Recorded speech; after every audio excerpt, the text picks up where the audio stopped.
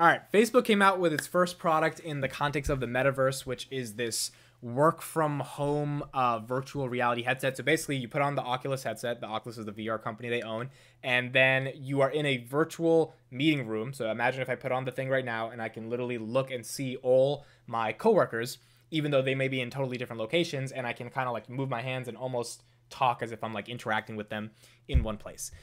This is Facebook's first attempt at a Metaverse style of product. Obviously Zuckerberg has come out and he's been saying like, look, I want to, create products that go beyond just like content that you see on a screen. I want it to be more interactive. I want it to be more digital. I want this to be the next frontier of the internet. Really bold, ambitious stuff that he's talking about. And this is one of the first products to come out about that. So my thoughts on this. Number one, at first I saw this and I was really impressed and I thought it was really cool, especially because I was just like, oh, you could like put on this thing and you're like immediately with other people and it's like this amazing experience.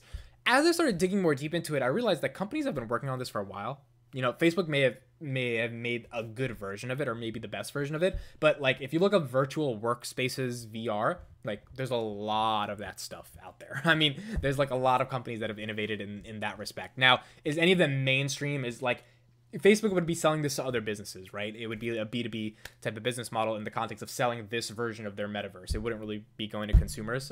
So do I imagine big multi-Fortune 500 companies buying this product from Facebook in order to have virtual workspaces through Oculus? Some of them might, but a lot of them might not, right? And it's just like at the point where though they don't use it, it's not a consumer-facing product. And like, so my overall thought is this is not the type of metaverse product that you thought would be cool, right? Like that you thought would like change the world. This is like office workspace dynamics. I mean, literally, as I started thinking about it, I'm like, why do I need to put an Oculus on and then look at my other teammates, look at my other coworkers? Why don't I just like put on a Zoom conference and turn off the video and just like hear them? Like, am I gonna be looking at an emoji like while on this like gigantic thing that weighs a bunch of pounds on my head? Like it didn't really make a lot of sense to me. Now, if there's glasses or something, then I could understand it becoming a little bit more productive or more meaningful. And if there's more of a demand to want to have that in-person connection without being in person, and this VR metaverse work virtual reality thing actually creates that experience, then maybe I see it going somewhere. But I started thinking, I don't think companies are going to want to buy this from Facebook, because why would they want to give Facebook more business? Now, maybe they might if it's an amazing product, but also, maybe they might not, which means like you're not, who's Facebook going to sell this to?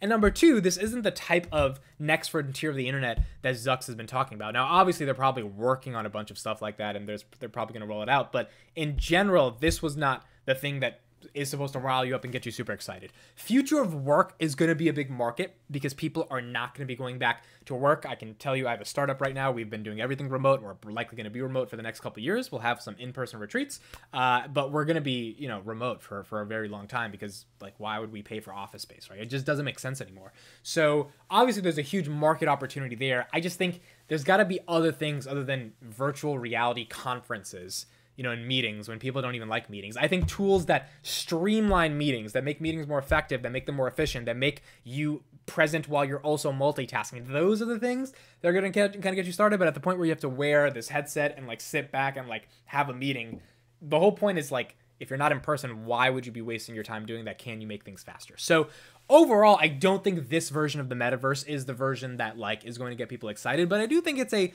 show that Facebook's putting on to sort of get us to see what they're capable of. And if they're capable of doing something really productive in the consumer space that looks like what they've already created from a B2B perspective, then there's a chance that it obviously can take off. So let me know your thoughts on this metaverse stuff, because I was impressed by it. Then I started thinking about it and I'm like, it's not that impressive.